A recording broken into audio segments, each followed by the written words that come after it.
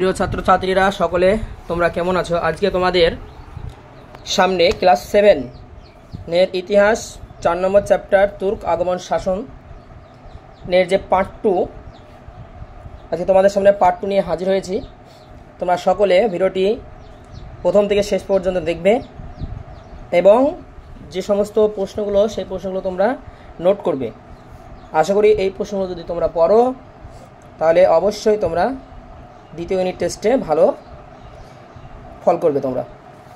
চলো ভিডিওটি শুরু করি। 1 নম্বর প্রশ্ন, দিল্লি সুলতানদের সামরিক শক্তি কেমন ছিল বা দিল্লির সুলতানদের কিভাবে মঙ্গল আক্রমণের মোকাবেলা করেছিল আলোচনা করো। মোস্ট ইম্পর্ট্যান্ট কোশ্চেন, 4 স্টার দিয়ে রাখো। উত্তর 1 নম্বর দেখে নাও পয়েন্ট। 1221 খ্রিস্টাব্দ থেকে উত্তর পশ্চিমে বারবার মঙ্গল আক্রমণ ঘটে। ওই আক্রমণের সামনে সিন্ধু নদ ভারতের পশ্চিম সীমান্ত বলে চিহ্নিত হয়। ইলতুৎমিশ সরাসরি মঙ্গলদের সঙ্গে যুদ্ধ জড়িয়ে না পড়ে দিল্লি সুলতানিকে বাঁচিয়ে দেন।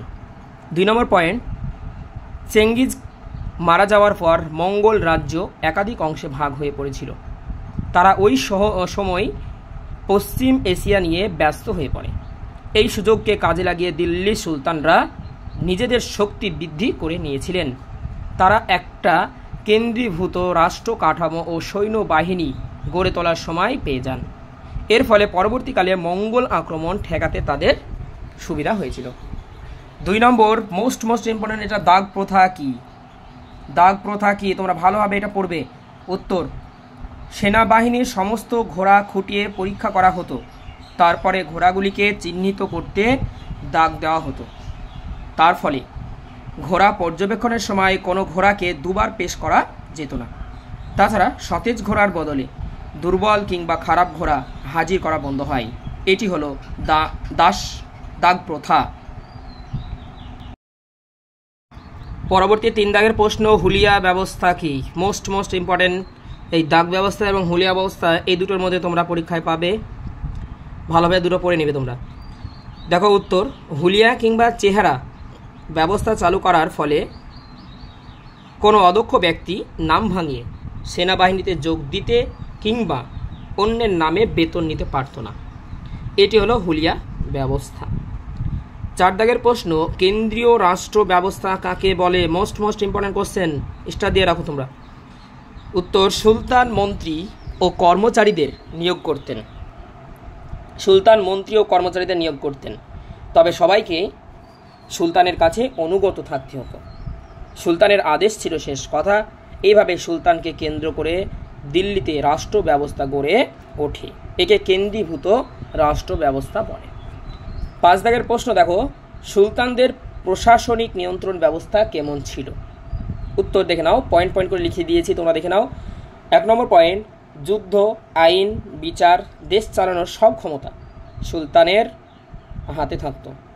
2 নম্বর পয়েন্ট, একজন ব্যক্তি একা সব দিক সামলাতে পারতেন না, তাই সুলতান মন্ত্রী ও কর্মচারীদের নিয়োগ করতেন। 3 নম্বর, সবাইকে সুলতানের কাছে অনুগত থাকতে হতো, সুলতানের আদেশ ছিল শেষ কথা। 4 নম্বর, অভিজাতক ছাড়াও উলেমার সঙ্গে সম্পর্ক রেখে চলতে হতো সুলতানকে। 5 দাগের প্রশ্ন, রাজাকে পরামর্শ দিতেন পুরোহিত, তেমনি সুলতানকে পরামর্শ দিতেন উলেমা। পরবর্তী 6 দাগের প্রশ্ন, ইকতা ব্যবস্থা বলতে কি বোঝো? মোস্ট ইম্পর্টেন্ট, দুটো স্টার দিয়ে রাখো তোমরা। উত্তর, সুলতানরা যেসব রাজ্য জয় করতেন সেই রাজ্যগুলি একটি প্রদেশ বলে ধরে নেওয়া হতো। একে ইকতা ব্যবস্থা বলে। 7 দাগের প্রশ্ন, ইকতাদার বা বাউওয়ালি কাকে বলে? ইকতাদার বাউওয়ালি কাকে বলে? ইকতার দায়িত্বে একজন সামরিক নেতা থাকতেন, তাকে ইকতাদার বলে। আরবি ভাষায়, পরবর্তী কোশ্চেন দেখো, 8 দাগের প্রশ্ন, আরবি ভাষায় ইলম শব্দের অর্থ কি? জ্ঞান। Most important. 9 দাগের প্রশ্ন, আলিম শব্দের অর্থ কি? উত্তর হবে জ্ঞানী। 10 দাগের মোস্ট ইম্পর্টেন্ট কোশ্চেন দেখে নাও, ইকতা কত ভাগে ভাগ করা হয় ও কি কি? খুব ইম্পর্টেন্ট কিন্তু। ইকতা 2 ভাগে ভাগ করা হয়, ছোট ইকতা ও বড় ইকতা। এই ছোট ইকতা বড় ইকতার কাজ কী ছিল কিনা মোস্ট ইম্পর্টেন্ট, তোমরা ভালোভাবে পড়ে নেবে। ইক্তা আছে দুই প্রকার, একটা হচ্ছে ছোট ইক্তা, বড় ইক্তা। পরবর্তী 11 দাগের প্রশ্ন মোস্ট ইম্পর্টেন্ট, 3টে টেস্ট দিয়ে রাখো। ছোট ইক্তা ও বড় ইক্তার দায়িত্ব কী ছিল বা কাজ কী ছিল? ছোট ইক্তা সামরিক দায়িত্ব পালন করত এবং বড় ইক্তা সামরিক দায়িত্ব ও প্রশাসনিক দায়িত্ব পালন করা ছাড়াও সেনাবাহিনীর দেখাশোনা করত। 12 দাগের প্রশ্ন, আলিম কাকে বলে? উত্তর, বিশেষভাবে ইসলামী শাস্ত্রে যারা পণ্ডিত তাদের আলিম বলে। উলেমা কাকে বলে? একের বেশি বা এক বা একাধিক বেশি আলিমকে যখন একসঙ্গে উলেমা বলা হয়। এই উলেমা একটি হচ্ছে বহুবচন শব্দ। তিমার কাকে বলে? অটোমান তুর্কিদের আমলে সুলতানদের দ্বারা একটি ভূমির অনুদান বা রাজস্ব কর দেওয়া হতো, একে তিমার বলে। পরবর্তী 15 দাগের প্রশ্ন, আলাউদ্দিন খলজির অর্থনৈতিক নিয়ন্ত্রণ ব্যবস্থা কেমন ছিল? উত্তর, দেখো সব থেকে সহজভাবে লিখে দিয়েছি, তোমরা ভালোভাবে পড়বে। 1 নম্বর পয়েন্ট, আগের সুলতানদের দেওয়া একটা বাজেয়াপ্ত করেন। 2 নম্বর, ধর্মীয় কারণে দেওয়া সম্পত্তি ও নিষ্কার জমিগুলি ফিরিয়ে নেন। 3 নম্বর, সমস্ত জমি জরিপ করানো হয়, রাজস্বের হার ও বাড়ানো হয়। 4 নম্বর পয়েন্ট, আলাউদ্দিন দোয়াব অঞ্চলে আদিবাসীদের কাছ থেকে উৎপন্ন ফসলের অর্ধেক অংশ রাজস্ব হিসেবে আদায় করেন। 5 নম্বর, ভূমি রাজস্ব ছাড়াও গৃহকর, গো আচরণ, ভূমি কর, জিজিয়া কর ইত্যাদি কর প্রজাদের কাছ থেকে আদায় করার নির্দেশ দেন। মোস্ট ইম্পর্টেন্ট কোশ্চেন 40টা দিয়ে রাখো। 16 দাগ, জিজিয়া কর বলতে কি বোঝো? উত্তর, অমুসলমান প্রজাদের কাছ থেকে মুসলমান শাসকরা জিজিয়া কর আদায় করতেন। এটি ছিল একটি মাথা পিছু কর। এর বিনিময়ে মুসলমানদের অমুসলমান জীবন ধর্ম পালনের অধিকার ও সম্পত্তির সুরক্ষা দেওয়া হতো। খ্রিস্টীয় 8ম শতকে আরবের সেনাপতি মোহাম্মদ বিন কাসিম সিন্ধু প্রদেশে প্রথম জিজিয়া কর চালু করেছিলেন। পরবর্তী 17 দাগের প্রশ্ন, তুরস্ক দণ্ড কর বলতে কি বোঝো? Most important question. উত্তর, জিজিয়া করের মতো এক ধরনের কর কোনো হিন্দু প্রজারা বা হিন্দু রাজারাও চালু করেছিলেন। এই কর তারা চাপাতেন তাদের মুসলমান প্রজাদের উপর। ওই করকে বলা হতো তুরস্ক দণ্ড বা তুর্কিদের বা মুসলমানদের উপর চাপানো কর। 18 দাগের প্রশ্ন, কে প্রথম ব্রাহ্মণদের উপর জিজিয়া কর চাপিয়েছিলেন? এই কোশ্চেনটা মোস্ট ইম্পর্টেন্ট কোশ্চেন, দেখে নাও। উত্তর, ফিরোজ শাহ তুগলক। 19 দাগের প্রশ্ন, দিল্লি সুলতানিতে কাদের জিজিয়া কর দিতে হতো না? 1 নম্বর পয়েন্ট, সুলতানিতে ব্রাহ্মণ, নারী, নাবালক ও দাসদের জিজিয়া কর দিতে হতো না। 2 নম্বর, সন্ন্যাসী, অন্ধ, খঞ্জ, উন্মাদ ব্যক্তিরা যদি গরিব হতেন তবে তাদেরকেও জিজিয়া কর দিতে হতো না। 20 দাগের প্রশ্ন, আলাউদ্দিন খলজির আমলের দিল্লিতে কতগুলি বড় বাজার ছিল? আলাউদ্দিন খলজির আমলে দিল্লিতে কতগুলি বড় বাজার ছিল?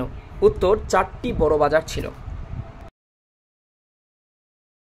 পরবর্তী 21 দাগের প্রশ্ন, ফিরোজ শাহ তুগলকের আমলে কটি কর চালু হয়েছিল?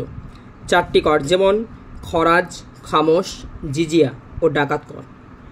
22 দাগের প্রশ্ন, খরাজ কি? উত্তর, খরাজ এক ধরনের কর যা কৃষি জমির ওপর আরোপ করা হতো। খামোশ কি? খামোশ হলো এক ধরনের কর যা যুদ্ধের সময় লুট করা ধন সম্পদের একটি অংশ।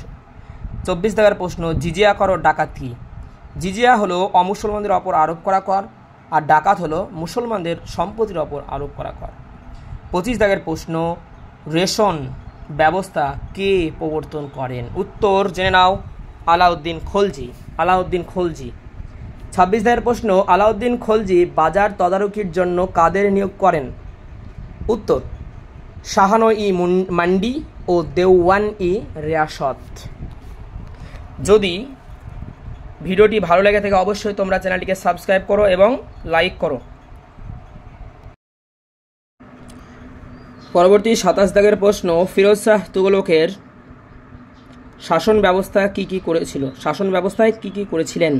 উত্তর, ফিরোজ শাহ তুগলক একাধিক নতুন নগর, মসজিদ, মাদ্রাসা, হাসপাতাল এবং বাগান তৈরি করেন।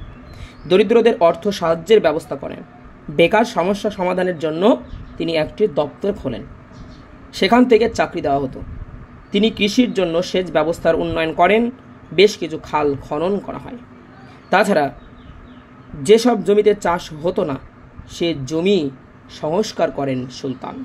আজ এই পর্যন্তই, টাটা, দেখা হবে এর আগের ভিডিও, পরের ভিডিওতে। সকলে সুস্থ থাকো, ভালো থাকো।